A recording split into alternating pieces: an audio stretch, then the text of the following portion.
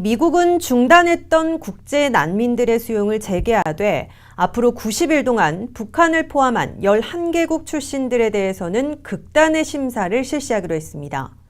이들의 미국 입국이 완전히 봉쇄되는 건 아니지만 난민으로 허용받기는 계속 어려울 것으로 예상됩니다.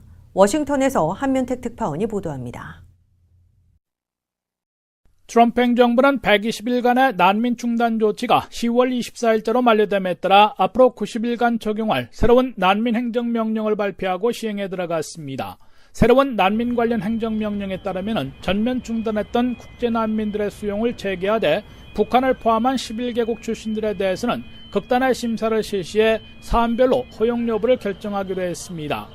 트럼프 행정부는 새로운 대통령 행정명령에 따라 앞으로 90일간 국제난민들의 미국 수용을 일단 재개하되 11개국 출신들에 대해서는 엄격한 심사를 거쳐 사안별로 허용 여부를 결정하게 될 것이라고 밝혔습니다.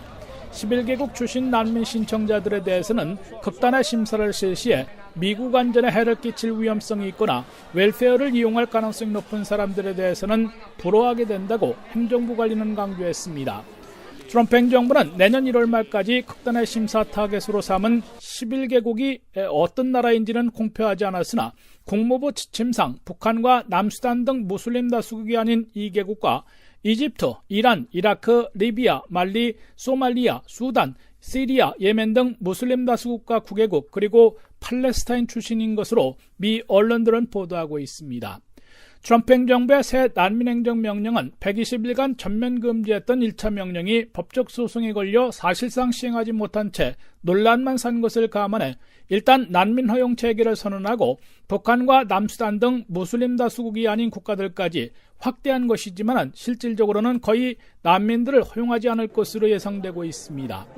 다만 2차 난민 행정명령도 주로 무슬림 다수국가 9개국 출신들에게 엄격 적용될 것으로 보여 탈북민들의 미국 입국은 완전 봉쇄되지는 않을 것으로 보입니다. 하지만 트럼프 행정부가 출범한 직후인 올 2월부터 현재까지 미국에 입국한 탈북민들은 단 한 명도 없는 것으로 미국의 소리방송이 최근 보도했습니다. 지난해 10월부터 올 9월 말까지 2017 회계년도 전체에 미국이 허용한 탈북민들은 여성 9명, 남성 3명 등 12명에 불과한데 그것도 모두 지난해 말 오바마 시절이었던 것으로 나타났습니다. 북한 인권법에 따라서 미국 정착이 허용되고 있는 탈북민들은 2006년부터 현재까지 212명이 미국에 왔는데 트럼프 시절에는 전면 중단되고 있는 겁니다. 지금까지 워싱턴에서 RKTV 뉴스 한면택입니다. 미국이 도널드 트럼프 대통령의 한국 등 첫 아시아 순방에 맞춰 항공모함 레이건호에 이어서 루즈벨트와 니미츠호까지 항공 강습전단 3그룹을 한반도 인근에 집결시키면서 전례 없는 대북 압박에 나서고 있습니다. 북한 공격 태세는 아닌 것으로 보이지만 전시회나 볼 수 있는 군사 압박 조치를 취함으로써 북한과 또 중국에게 강력한 메시지를 보내려는 것으로 해석됩니다. 관련 내용 김윤재 기자입니다. 미국이 전시회나 보여주는 항공모함 강습전단 3개 그룹의 한반도 인근 집결이라는 무력 시위로 전례 없는 대북 압박을 가하고 있습니다. 미국은 한반도 주변에서 한국, 일본과 군사훈련을 실시한 항공모함 로널드 레이건호에 이어 시오도 루즈벨트호 그리고 세 번째 니미츠호까지 서태평양 작전 해역 지역에 집결시키고 있습니다. 항공모함 3척이 이끄는 항모 강습전단 3그룹이 한꺼번에 집결하는 것은 전쟁 때나 볼 수 있었던 것으로 이번에는 북한 공격 준비는 아니지만 전시와 같은 대북 무력 시위와 전례 없는 압박을 가하려는 의도라고 미 언론들은 해석했습니다. 특히 항모 강습전단 한 그룹에는 10만 톤급 항공모함 한 척이 순항함 한 척에서 2척, 이지스 구축함 2척에서 3척, 잠수함 2척, 지원함 3척 등 모두 9에서 10척 안팎을 거느리고 전투기와 헬기, 초계기, 정보기 등 항공기 70에서 80대, 해군과 해병 7,500명씩을 탑승시키고 있습니다. 순항함과 구축함, 잠수함에는 한 척당 정밀 유도 토마호크 미사일을 100발씩 발사할 수 있고 잠수함에는 핵무기까지 장착하고 있습니다. 따라서 항모 강습 전단 3그룹이 한반도 인근 해역에 집결하는 것은 항공모함 3척과 순항함, 구축함 등 전함 30여 척, 항공기 200대 이상, 해군과 해병 2만 5천 명이 수백 발의 토마호크 미사일을 한꺼번에 쏠 태세를 갖추게 됨을 의미하고 있습니다. 미국은 도널드 트럼프 대통령이 11월 5일부터 일본과 한국, 중국 순으로 3개국을 순방해 북한 핵미사일 위협에 대한 해법을 모색할 것이기 때문에 이에 맞춰 전례 없는 압박을 가하는 것으로 미 합참 의장을 지낸 제킨 예비역 대장 등 전문가들은 해석하고 있습니다. 미국은 최근 북한의 핵미사일 위협은 반드시 저지하겠다며 마치 군사 옵션 등을 하나하나씩 시행 연습하는 움직임을 보이고 있습니다. 트럼프 대통령은 유례없는 고강도로 끌어올리는 무력 시위를 전개하는 동시에 1인 지배체제를 구축한 시진핑 중국 국가주석에게는 김정은 정권에 대한 돈줄은 물론 생명줄까지 틀어막아 대화 테이블에 나오게 만들도록 압박하는 전략을 구사하고 있는 것으로 전문가들은 관측하고 있습니다. RKTV 뉴스 김윤재입니다. 요세미티나 그랜드 캐년, 옐로우스톤 등 유명 국립공원 입장료가 최고 180%나 인상됩니다. 라이언 징크 내무부 장관은 14개 국립공원 입장료를 차량당 현재 25달러에서 30달러에서 70달러로 올릴 방침이라면서 앞으로 몇 개월 동안 공청회를 거쳐 요금 인상을 확정하겠다고 말했습니다. 입장료가 25달러에서 70달러로 오르면 인상폭은 무려 180%, 거의 3배에 달합니다.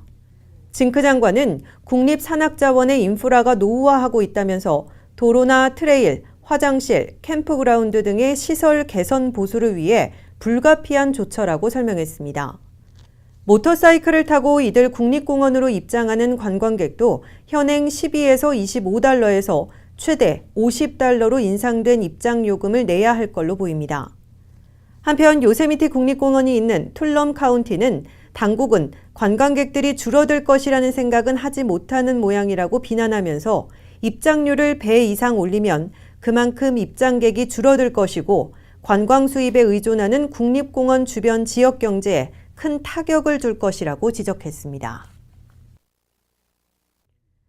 루이지애나주에 위치한 대학 캠퍼스에서 총격 사건이 발생해 재학생 2명이 사망했습니다. 지역 경찰은 오늘 새벽 0시 4분쯤 루이지애나주 그랜블링 주립대 캠퍼스에서 총격 사건이 발생해 이 대학 4학년에 재학 중인 23살 된 얼 앤드류스와 돈 퀴어리어스 콜드웰이 숨졌다고 밝혔습니다.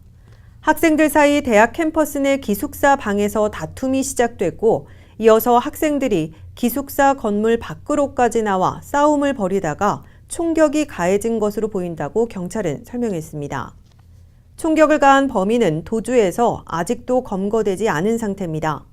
사건이 발생한 캠퍼스는 폐쇄되진 않았지만 대학 측은 학생들에게 안전을 위해 되도록이면 기숙사 내에 머물러 있으라는 메시지를 긴급히 전달했습니다. 헐리우드 차병원이 한인 커뮤니티를 위한 정형외과 관련 무료 의료 세미나를 개최합니다. 오는 28일 오전 10시부터 정오까지 헐리우드 차병원 대강당에서 열리는 이번 세미나는 관절 내시경과 인공관절 이식수술 권위자로 유명한 송수일 박사가 강사로 참석한 가운데 어깨, 허리, 고관절, 무릎 등 정형외과 전반에 걸친 강의와 질의응답 시간을 갖습니다. 정형외과에 관심 있는 한인이면 누구나 참석 가능하며 주차는 무료로 제공됩니다. LA시가 13년 만에 재개한 섹션 8 바우처 신청 접수가 2주째 접어드는 가운데 한인들이 대거 몰려서 한미연합회 KAC가 신청 대행 서비스를 한 차례 연장까지 해 어제 마감했습니다. 한미연합회는 지난 16일부터 24일까지 일주일 동안 LA시가 저소득층 렌트비 일부를 지원해주는 프로그램 섹션 8 신청을 도와 모두 326명이 방문 접수를 마쳤다고 밝혔습니다. 이 기간 450여 통의 섹션 8 관련 문의 전화도 폭주한 것으로 나타났습니다.